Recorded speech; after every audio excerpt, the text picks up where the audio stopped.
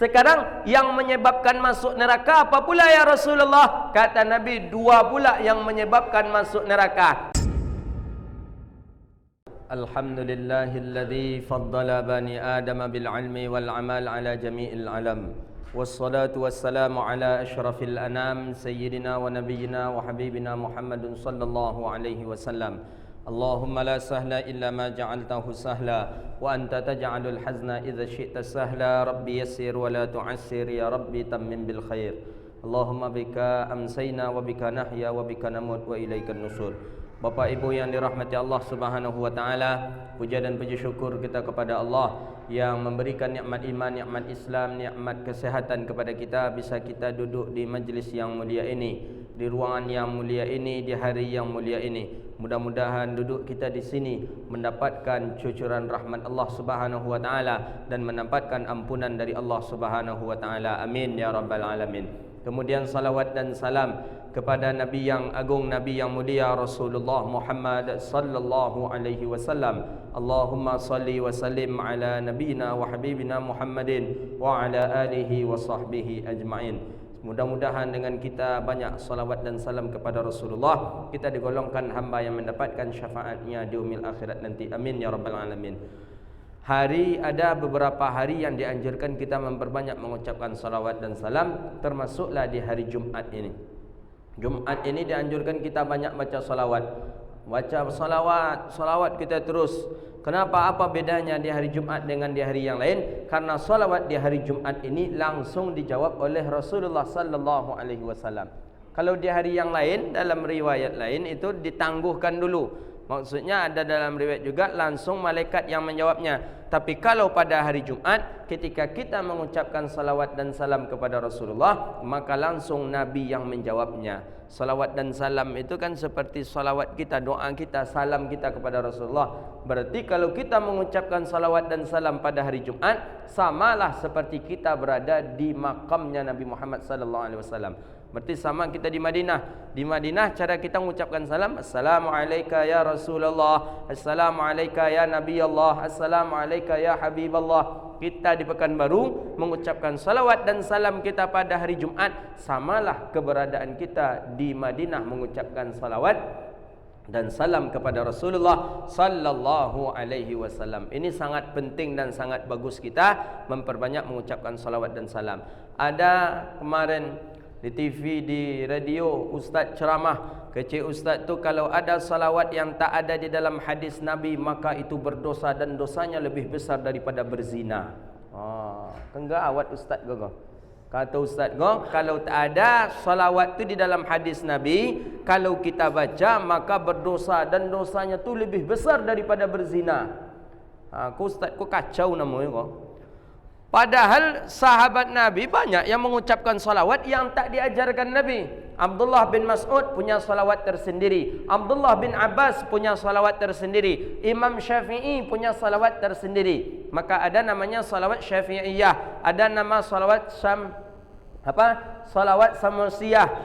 Ada nama salawat Masyishiyah. Ada nama salawat, banyak macam-macam salawat dan salam kepada Rasulullah sallallahu alaihi wasallam. Ada nama salawat Taqiyuddin Nabahani, banyak. Ada nama salawat Kamilah, ada nama salawat Al-Fatih. Banyak contoh-contoh bentuk daripada salawat dan salam kepada baginda Rasulullah sallallahu alaihi wasallam.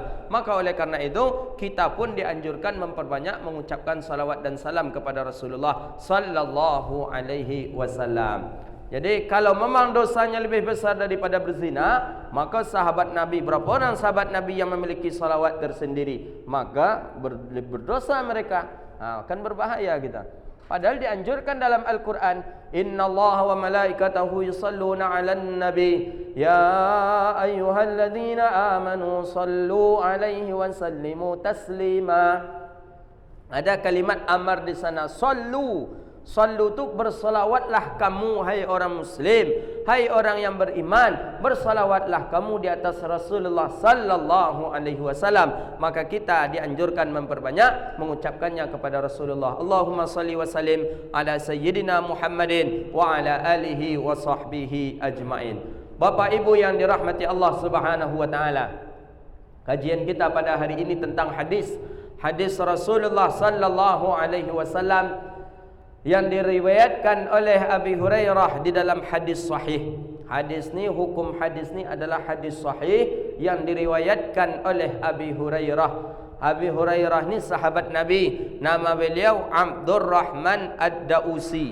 Beliau ni bergelar Abi Hurairah. Kenapa bergelar Abi Hurairah? Karena beliau dekat dengan kucing. Kemana beliau pergi ada kucing. Memang ada beberapa orang yang lebih masyhur gelarnya dibandingkan namanya. Ada orang yang lebih terkenal gelar dibandingkan nama.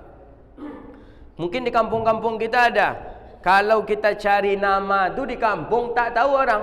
Di daerah hamba tu, kalau namanya Pak bapak tu Darwis namanya. Kalau orang mencari bapak tu dengan namanya, orang tak tahu di mana rumah Pak Darwis, tak tahu orang. Tapi kalau ada orang yang bertanya di kampung tu gelarnya, tu tahu orang tu. Gelarnya Yung Lambung. Apa Yung Lambung? Karena lambungnya godang. Bapa makan Nabi. Sepiring habis, 2 piring habis. Lambungnya besar, maka bernamanya Yung Lambung. Buyung godang lambung. Lambungnya ni besar, makannya banyak, maka bernama Yung Lambung. Jadi kalau orang ke kampung saya tu, kalau mencari di mana rumah Pak Darwis, orang tak tahu orang. Pak Darwis mana? Orang tak tahu orang. Tapi kalau orang ke kampung saya tu bertanya, di mana rumah Yung Lambung? Tu anak-anak kecil-kecil tahu tu. Oh, Yung Lambung tu di atas bukit tu rumahnya kan. Jadi hamba dulu bertanya ke nenek mo, kenapa Bu Yung Lambung gelarnya nek? Kata nenek mo, garnonya Yung Lambung waktu kecil tu makannya banyak. Sepiring habis, 2 piring habis, 3 piring habis. Maka kata maknya, wa angko Yung Lambung, Bu Yung nang godang lambung. Artinya tu. Jadi kalau nan banyak makan, lagi lah kalau Yung Lambung. Tadi kolam kini lah terang mulanya. Ya. Boleh Ustaz. Ya, jangan, itu menghina namanya. Menghina. Beko banyak makan apa-apa kalau Yung Lambung. Yung Lambung yang mana? Itu karyawan yang di Riau. Oh, si Hanung tu katanya. Tak boleh kita. Ya. Boleh memberi gelar kehormatan. Mana contoh gelar kehormatan? Seperti gelar yang disematkan kepada para nenek mamak kita. Itulah. Nenek mamak setiap suku kan ada gelar dia. Ada suku Caniago, suku Petopang, suku Melayu, suku Domo, suku Piliang. Setiap nenek mamak ni kan punya gelar ni.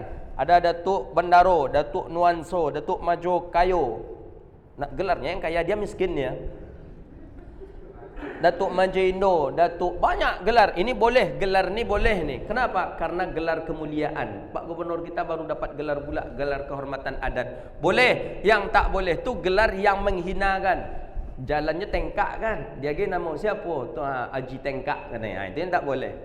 Itu menghina. Tapi kalau gelar kemuliaan itu dibolehkan. Abi Hurairah sahabat Rasulullah yang termasyhur gelarnya dibandingkan namanya. Lebih banyak nama beliau tu di dalam kita jumpai di dalam kitab-kitab hadis tu, nama gelarnya itulah Abi Hurairah. Ya, jarang kita jumpai nama beliau Abdurrahman Ad-Dausi.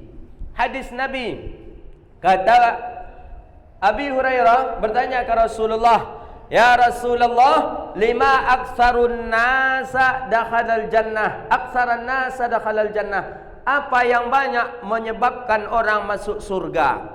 Kita kan mau masuk surga kita. Tentu tahu dulu kita apa penyebab masuk surga tu. Kita mau masuk surga. Mau masuk surga apa? Mau. Apa penyebab masuk surga? Entahlah. Kenapa mau masuk surga? Surga kata orang surga pula kata kita. Apa yang menyebabkan masuk surga? 2. Kata Rasulullah sallallahu alaihi wasallam. Penyebab masuk ke dalam surga 2. Mana dia yang 2 ni? Yang pertama littaqwallah, karena takwa. Ini orang penyebab masuk ke dalam surga karena takwa. Takwa ni mana? Takwa diambil dari asal kata taqawa. Taqaf waw, taqawa. Taqawa. Kalau tak baik-baik bilangnya sampai jadi qawa. Qawa tu qawa. Kalau orang Minang hebat-hebat main qawa. Apa main qawa tu Ustaz? Tengoklah di mana ada duduk warung-warung di Pekanbaru, nampak ada kertas agak panjang dia sedikit. Tu kertas qawa, bukan kertas taqawa tapi qawa. 5 jam masih terasa 10 minit kalau tahu qawa. Banyak di sini kayaknya tak pandai main qawa. Kalau dapat pula main goa tu, oh terasa dia kurang waktu ini. Waktu terasa kurang. Itulah dia main yang disebut dengan main qawa. Tapi kita hari ini pembahasan taqwa. Taqwa, orang yang menyebab banyak masuk dari dalam surga Allah Subhanahu wa taala adalah orang yang takwa. Siapa takwa? Takwa itu adalah orang yang imtithalul awamirillah wajtinabun nawahi. Orang yang mengerjakan suruh Allah, meninggalkan larangan Allah. Orang ini adalah orang yang bertakwa. Orang ni banyak nanti masuk ke dalam surga Allah Subhanahu wa taala. Ketika dia buat maksiat, dia takut kepada Allah. Ketika dia melalaikan perintah Allah, dia takut kepada Allah. Ketika dia berbuat jauh daripada Allah, dia ingat akan Allah. Maka orang ini bernama orang takwa. Takwa ini, hasil dari takwa itu adalah muraqabah. Muraqabah, merasa diri kita selalu diawasi oleh Allah Subhanahu wa taala. Ini hasil dari takwa. Apa hasil dari takwa? Muraqabah. Kemana kita pergi merasa selalu diintai dan diawasi oleh Allah. Ke kamar kita diawasi oleh Allah. Ke masjid kita diawasi oleh Allah. Di rumah kita diawasi oleh Allah. Di kantor kita diawasi oleh Allah. Kalau orang yang merasa dirinya selalu diawasi oleh Allah Subhanahu wa taala, sedetik pun tak ingin dia untuk berbuat maksiat kepada Allah. Kenapa? Takut. Ibaratkan kalau kita dipasang CCTV, situ CCTV, CCTV, CCTV. Kita di sini. TV yang besarnya diarahkan di meja, di ruangan atasan kita. Atasan kita nengok kita kerja. Sungguh-sungguh nak pergi ni kerja. Dia ni budak ni sungguh-sungguh nak kerja. Kita kalau merasa sudah diawasi oleh CCTV yang sampai ke atasan kita, pasti kita sungguh-sungguh kerja. Kalau bisa MPO pun MPO. Tahu MPO? Mencari perhatian orang. Kalau MPOL, mencari perhatian orang lain. Macam mana banyak singkatan-singkatan tu gini. Kalau mencari perhatian orang, lihat dia. Mungkin pasti kita akan mencari perhatian, tapi kita tak sadar bahawa diri kita sendiri hari ini ada CCTV. CCTV kiri kanan yang tak pernah tidur. Mana dia ni Rakib dan Atid? Rakib Atid tak pernah tidur kiri kanan kita. Malaikat maksumin, malaikat tak ada yang tidur. Jangan sabit pula malaikat maut tu pernah lupa dia lagi. Astagfirullahaladzim. Sebenarnya kepotang tu kemarin tu lah ustaz tu mati tu, tapi apa lupun je kata malaikat maut. Tak ada.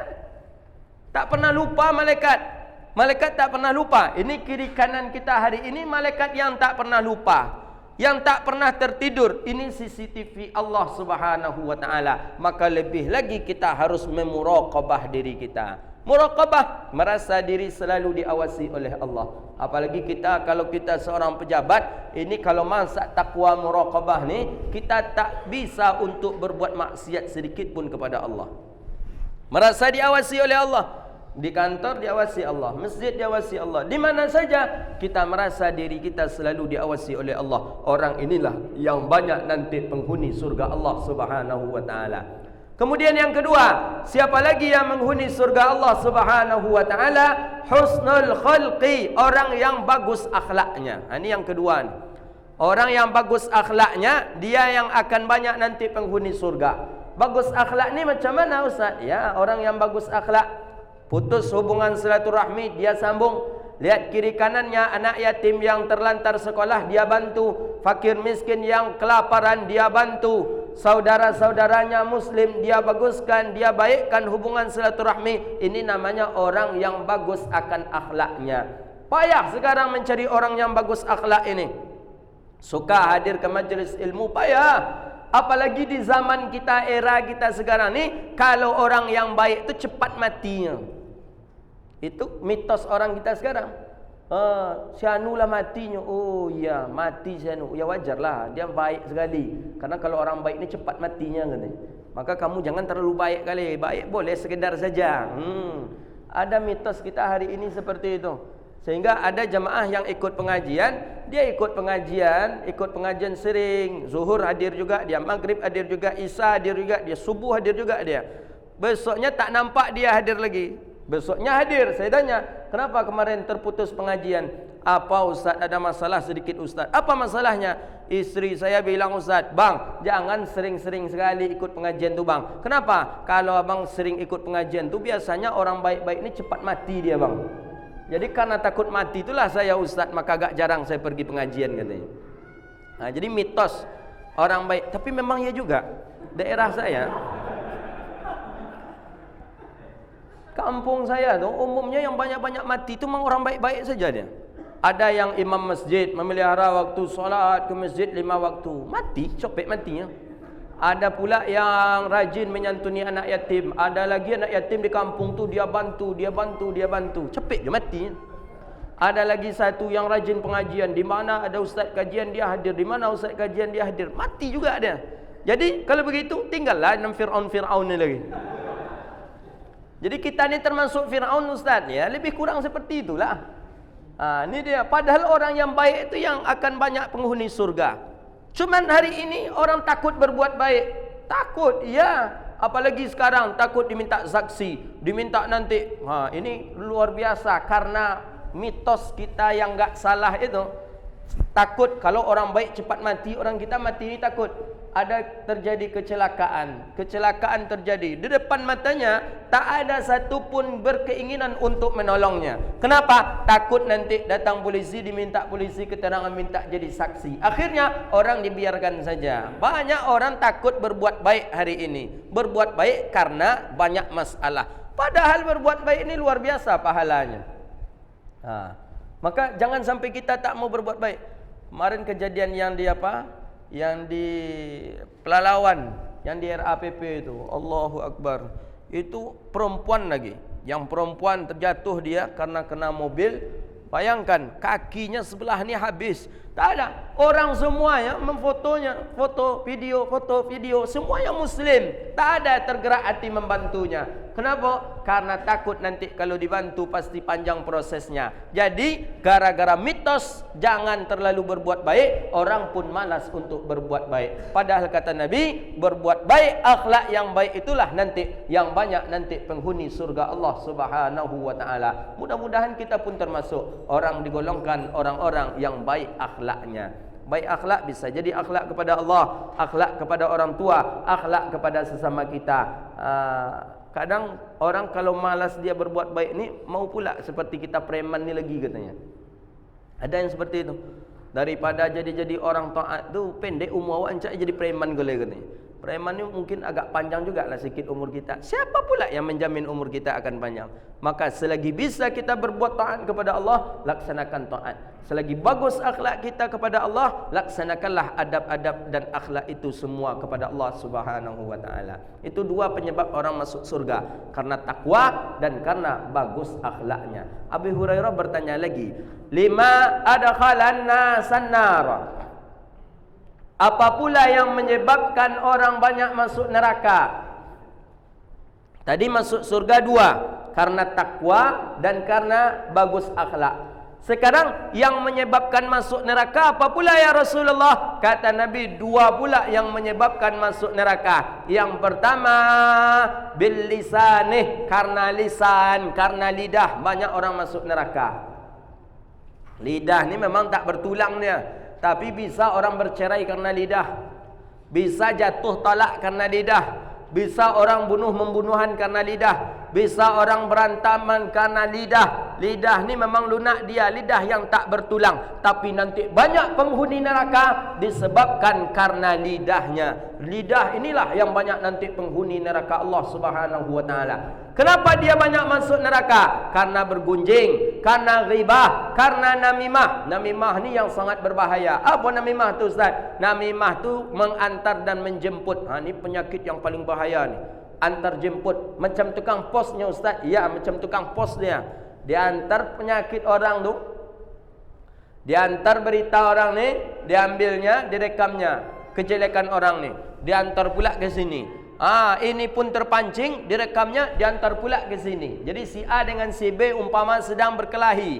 Si A ni datang dia ke si A, Apa kata dia ke si A? Si A, saya kemarin duduk dengan si B. Si B itu sibuk dia menjelek-jelekkan engkau. Si A pun terpancing. Akhirnya keluar sumpah serapah dari si A untuk menjelekkan si B. Direkamnya cakap si A, diberikan pula ke si B. Si B, saya kemarin duduk dekat si A. Si A tu sibuk saja menjelekkan engkau. Nah, dipancing pula si B. Si B keluar sumpah serapah. Direkamnya, disampaikan pula cakap si B kepada si A. Ini orang namanya orang namimah. Ini belum ke neraka, dikubur sudah diazab. Dikubur sudah diazab orang namimah ini. Bayangkan, dikubur saja sudah diazab. Maka di dalam hadis itu dijelaskan, ketika Nabi berjalan di dekat pemakaman umum, terdengar suara isakan tangis minta tolong. Dalam hadis sahih, dalam sahih Muslim, minta tolong, tolong. Terdengar dari bawah tanah ke atas. Sahabat dah takut. Sahabat bertanya Rasulullah, ya Rasulullah, kenapa mereka itu? Kata Nabi, fa innahum yu'azzibun, mereka itu diazab oleh Allah. Maka diambil daun kayu, batang kayu oleh Nabi, dipatahkan oleh Nabi, ditanam oleh Nabi batang kayu itu. Apa kata Rasulullah? La'alla yukhaffiful azab, mudah-mudahan kayu ini meringankan azab kepada orang yang ada di bawah tanah, malam yaibisaha, selama pohon ini masih basah. Itu pula lah dalil kita, siap kita menguburkan orang, kita tanam pohon yang masih basah. Jangan pohon kering, jangan yang sudah mati. Kenapa? Karena pohon yang basah ini bisa membantu kedebal orang yang di bawah tanah. Tasbihnya itu membantu meringankan azab orang yang di tanah. Itu kata hadis di dalam hadis Rasulullah SAW. Jadi nanti kenapa orang banyak masuk neraka? Min lisani, karena lidahnya, walil farji, yang kedua karena kemaluannya.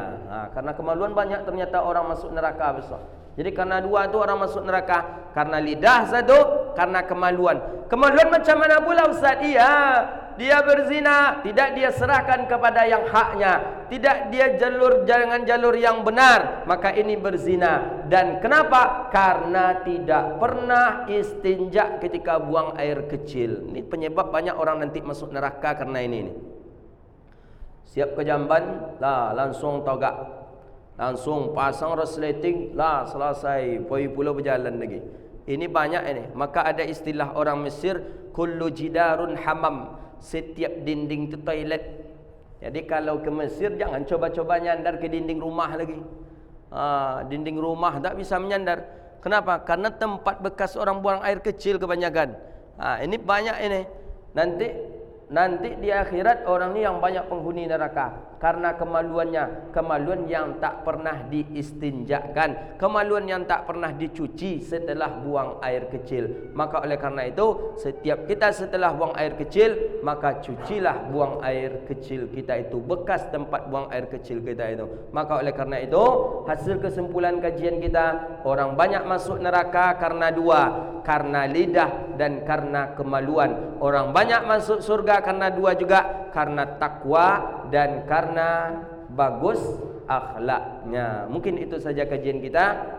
Terima kasih atas segala perhatian. Mohon maaf atas segala kekurangan. Subhanakallahumma wa bihamdika, asyhadu an la ilaha illa anta, astaghfiruka wa atubu ilaih. Wassallallahu ala nabiyyina Muhammadin wa ala alihi wa sahbihi ajma'in. Wassalamu alaikum warahmatullahi wabarakatuh.